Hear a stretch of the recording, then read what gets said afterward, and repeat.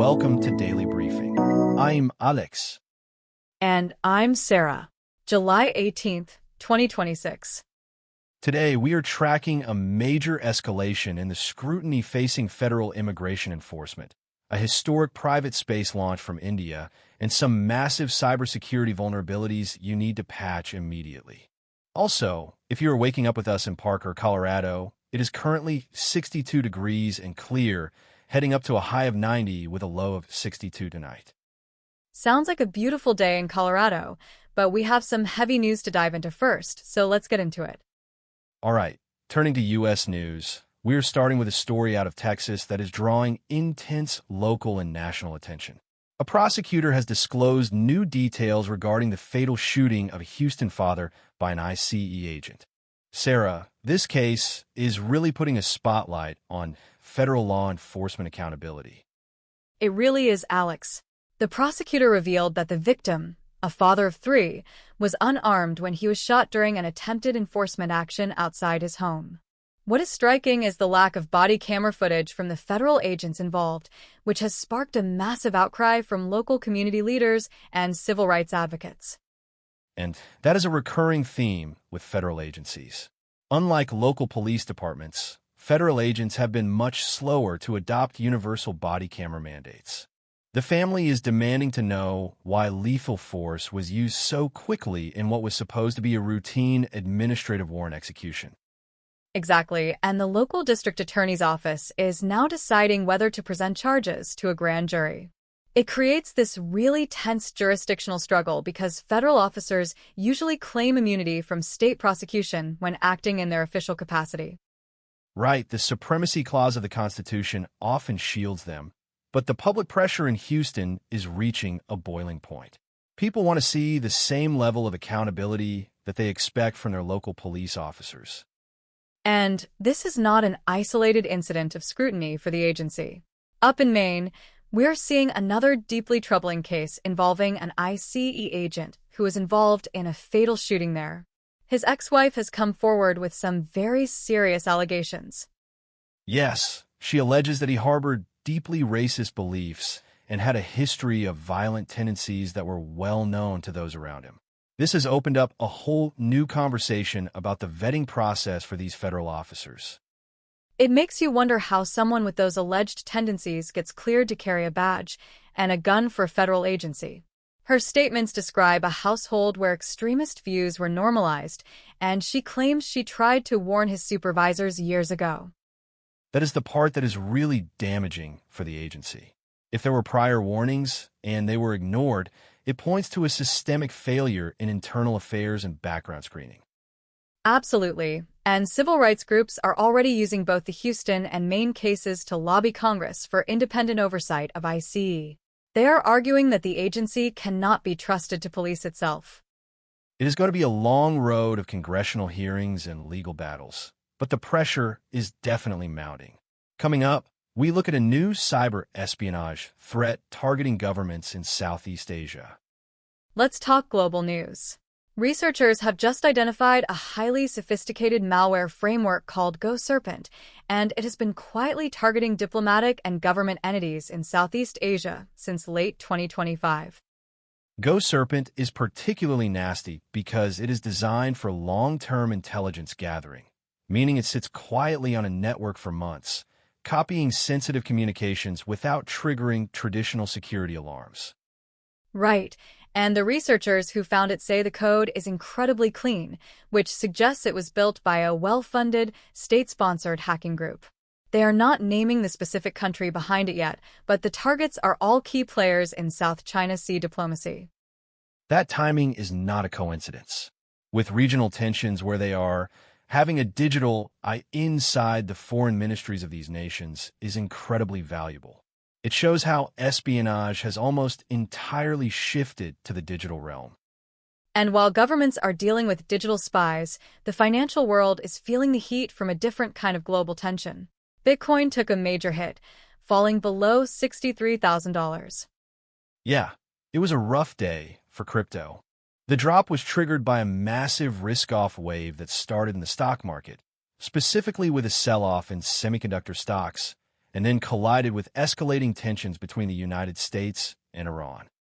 It is fascinating how crypto, which was once pitched as a safe haven asset like gold, now behaves just like high-risk tech stocks. When investors get nervous about a war in the Middle East or chip supply chains, they dump Bitcoin just as fast as they dump Nvidia. That is the reality of institutional adoption. Now that Wall Street owns a massive chunk of Bitcoin through ETFs, it is tied to the broader macroeconomic cycle. When the big funds decide to de-risk, everything gets sold off. Speaking of crypto and international friction, France's gambling regulator has just ordered internet service providers to block access to Polymarket. Yes, Polymarket has been incredibly popular for betting on global events, but the French government says it is offering illegal gambling services to its citizens without a local license. It is a decentralized platform, which makes it very hard for a government to actually shut down, so they are going after the entry points. By forcing local internet providers to block the domain, France is trying to make it as difficult as possible for the average user to log on. It will be interesting to see if other European nations follow suit. If you're a decentralized platform, navigating 20 different regulatory frameworks is a nightmare. And those geopolitical tensions we mentioned with Iran are not just hitting crypto portfolios. They are hitting regular people at the pump, particularly in the United Kingdom, where fuel prices are climbing again. This is directly tied to the collapse of the peace talks aimed at ending the conflict between the United States, Israel, and Iran. When those negotiations fell apart, the energy markets immediately panicked over potential shipping disruptions in the Strait of Hormuz. Right, and that is the choke point for a huge portion of the world's oil. Even though the United Kingdom gets its oil from various sources, global oil prices are integrated. If the global price spikes, British drivers pay more at the pump the very next week. It is a stark reminder of how a diplomatic failure thousands of miles away translates directly to the cost of commuting to work. When we come back, we're going to look at a historic milestone for India's space program. Turning to India and Tamil Nadu, we have some incredible news from the space sector. Skyroot Aerospace has successfully launched its Vikram 1 rocket into orbit today. This is a massive deal, Sarah. It is India's first successful commercial rocket launch by a private company, deploying its payload perfectly into space. It really is a game changer. For decades, India's space efforts were entirely run by the government's space agency, but this launch officially establishes India as a major player in the global private satellite launch market, competing with the likes of SpaceX. The commercial potential here is huge because Skyroot is promising much cheaper launch costs for small satellites, which is exactly what the global tech industry is demanding right now. Meanwhile, on the ground, we are tracking a tense situation in Delhi. Climate activist Sonam Wangchuk was forcibly removed from his hunger strike site at Jantar Mantar and hospitalized. Yes, and his wife, Geetanjali, is alleging a complete lack of transparency at the hospital, demanding his immediate discharge. This has actually intensified the protests, with other activists now starting indefinite fasts in solidarity. It is a very delicate situation for the government. Wangchuk has a massive following, and treating a peaceful hunger striker this way is drawing severe criticism from human rights groups. We'll keep a close eye on how that develops. Up next, let's talk markets and some major moves in the financial world. All right, let's start with a massive battle brewing over the future of how money moves around the world. Stripe and Swift are going head-to-head to control the next generation of global payments infrastructure. This is a classic David versus Goliath story, except David is now a multi-billion-dollar fintech giant. Swift, which has run the global banking messaging system for decades, is expanding its own blockchain-based settlement network with over 40 financial institutions to fight back against Stripe's rapid expansion into digital and crypto payments. It is all about speed and cost, Alex. If you have ever tried to send an international wire transfer through a traditional bank, you know it can take days and cost a fortune in fees. Stripe is trying to make global payments instant using stablecoins and modern APIs. And Swift knows it has to adapt or become obsolete. By building their own blockchain network, They're trying to offer the security of the traditional banking system with the speed of modern fintech. Whichever system wins this race will essentially control the plumbing of the global economy. While they fight for the future, a ghost from the crypto past is actually returning some money. The FTX Recovery Trust is set to distribute $900 million to creditors in its fifth round of payments. That brings the total distributed funds to about $10 billion since the exchange collapsed in 2022. It is honestly surprising how much money the bankruptcy lawyers have managed to claw back. It is, but we have to remember that a lot of this recovery is due to the massive rise in crypto prices over the last couple of years. The assets they seized are simply worth a lot more now than they were when the exchange went under. Still, for the victims, getting anything back is a win. Absolutely. But the crypto world is still full of bizarre security risks. Get this, Sarah. The blockchain firm Consensus unknowingly hired a North Korean developer who was introduced through what they thought was a highly reputable third-party service provider. How does that even happen?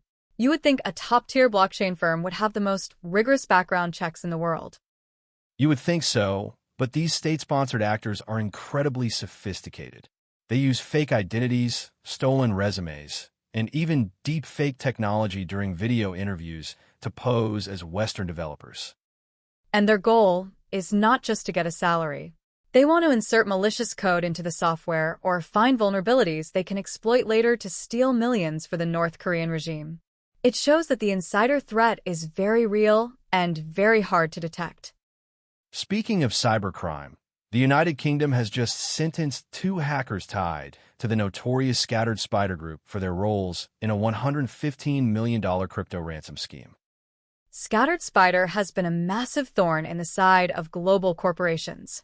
They are the ones who famously shut down major casinos in Las Vegas last year using social engineering tactics. Exactly. They would call up corporate help desks, pretend to be employees who lost their passwords, and gain access to the entire network. This sentencing is a major victory for international law enforcement, showing that these hackers are not completely untouchable, even if they operate from behind screen. Meanwhile, in traditional industry, the United Kingdom government has made a massive move by nationalizing British steel after years of financial instability. This is a huge policy shift. The government stepped in to secure the future of the critical Scunthorpe plant, arguing that losing domestic steel production would be a devastating blow to the nation's industrial infrastructure and national security. It is a massive financial commitment for the British taxpayer, though. Running a steel plant is incredibly expensive, especially with the pressure to transition to green steel technologies. But politically, letting those thousands of jobs disappear was simply not an option. It is a tough balancing act. And speaking of financial anxiety, Wall Street had a rough week, ending lower as a broad sell-off in semiconductor stocks dragged down the major indices. Investors are starting to get really nervous about tech valuations. We have seen this massive run-up fueled by AI hype, but now the market is asking for actual revenue and profits to justify these stock prices. Right, the macro headwinds are starting to blow a bit harder. Coming up, we have some critical security updates that you need to patch today. On the tech side, we have to start with a massive security alert. A critical vulnerability called WP2 shell has been discovered in the WordPress core, affecting versions 6.9 and 7.0. This is as bad as it gets for website owners. It is an unauthenticated remote code execution flaw, which means an attacker does not need a username or password to take complete control of your website. And it is in the core code, so you're vulnerable even if you do not have any active plugins installed. That is terrifying because WordPress powers a huge portion of the internet. If you run a site on those versions, you need to update to the latest patched version immediately. Do not wait. And the federal government is dealing with its own security emergency. CISA has added a critical Microsoft SharePoint server vulnerability, CVE 2026-58644, to its known exploited vulnerabilities catalog. Federal agencies have been given a strict deadline of July 19, 2026, to patch this.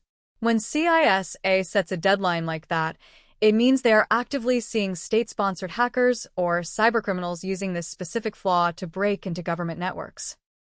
Yes, and the threat is not just to federal agencies. Any corporation using SharePoint needs to be on high alert. Hackers love these remote code execution flaws because it gives them a foothold inside the network from which they can deploy ransomware. Speaking of ransomware, we are also seeing a major campaign by the Inc. ransomware group, which is actively exploiting two zero-day vulnerabilities in SonicWall's secure mobile access appliances. When these two flaws are chained together, they allow attackers to gain root-level access to the target devices. This is particularly dangerous because these appliances are supposed to be the secure gateway for remote workers to access the corporate network. If the gatekeeper itself is compromised, the attackers have a free pass to slide right past all your defenses. SonicWall has released patches, so if your company uses their SMA devices, your IT department needs to apply them right now. Now let's shift from digital defense to some pretty wild science news. The United States has approved a highly controversial project to deploy a gigantic satellite mirror designed to reflect sunlight and illuminate parts of the Earth at night. This sounds like something straight out of a science fiction movie, Alex.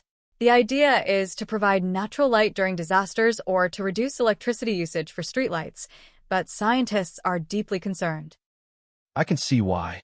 Astronomers are warning that this will ruin our ability to observe the night sky, and ecologists are pointing out that constant light could completely disrupt the circadian rhythms of nocturnal wildlife. It is a massive experiment with our atmosphere that we might not be able to easily undo. It is definitely going to spark some intense legal and environmental battles before it actually launches. But speaking of the night sky, we have a much more natural cosmic event to look forward to. New mapping data shows that the asteroid Apophis will be visible to 90% of the Earth's population during its ultra-close flyby in 2029. Apophis is classified as a potentially hazardous asteroid, but scientists assure us it will not hit Earth during this pass. What is amazing is that it will pass so close, closer than some of our geosynchronous satellites, that you will be able to see it with the naked eye. That is incredible. A shared cosmic experience for almost the entire planet. It is a rare opportunity for scientists to study a massive space rock up close without having to launch a deep space probe to find it. From outer space to the microscopic level, AI is giving a massive power boost to see our ISP, our gene editing. Researchers have used artificial intelligence to design highly precise molecular scissors. CRISPR has always been revolutionary, but one of the big challenges has been off-target effects, accidentally cutting the wrong part of the DNA. By using AI to design these scissors, they have made the process incredibly precise. This could drastically speed up the development of targeted gene therapies for complex genetic diseases like cancer or hereditary disorders. It is a perfect example of how AI is accelerating scientific breakthroughs.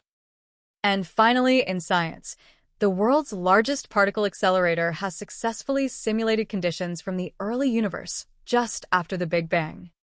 This is the culmination of a decades-long quest. By smashing particles together at near-light speeds, physicists were able to recreate the primordial soup of quarks and gluons that existed in the first microseconds of the universe. It is mind-boggling to think we can recreate the birth of the universe in a lab. It helps us understand the fundamental building blocks of everything we see today. Coming up, we have some historic moments in sports and culture. All right, let's talk sports. The world is gearing up for the 2026 World Cup final, which will feature a historic clash between Spain and Argentina. This is the matchup everyone wanted to see, Alex. You have got the tactical discipline of Spain going up against the sheer passion and experience of Argentina. Analysts are pointing to 6 key tactical subplots, including how Spain plans to contain Argentina's midfield transition. And there's a beautiful human story in the Spanish squad as well. Teenage sensation Lamine Yamal has emerged as a key star for Spain. As the son of African migrants, his rise to prominence really personifies the changing demographic landscape of modern Spain. It is a powerful story of integration and representation. He has become a national hero, showing how sports can bridge cultural divides and redefine national identity on the world stage. Absolutely. And over in the WNBA, Caitlin Clark of the Indiana Fever has just made history yet again. She recorded the league's first 45-point, 10-assist double-double. She is simply unstoppable, Alex. Every week, she seems to break another record. The way she controls the game, her vision on the court, and her shooting range have completely elevated the profile of women's basketball this season. The energy around her games is just electric. And finally, over at the Open Championship, we saw some historic golf. Lucas Herbert and Sam Burns both shot incredible rounds of 62, tying the all-time major championship scoring record. Shooting a 62 at a major is legendary. It completely shook up the leaderboard heading into the final rounds, and it sets up an incredibly dramatic finish. It really does. What a weekend of sports ahead of us. Definitely. Today's stories remind us that whether in space, on the pitch, or in the digital world, the boundaries of what we can achieve are constantly being rewritten. Thanks for listening, everyone. We will see you right back here tomorrow.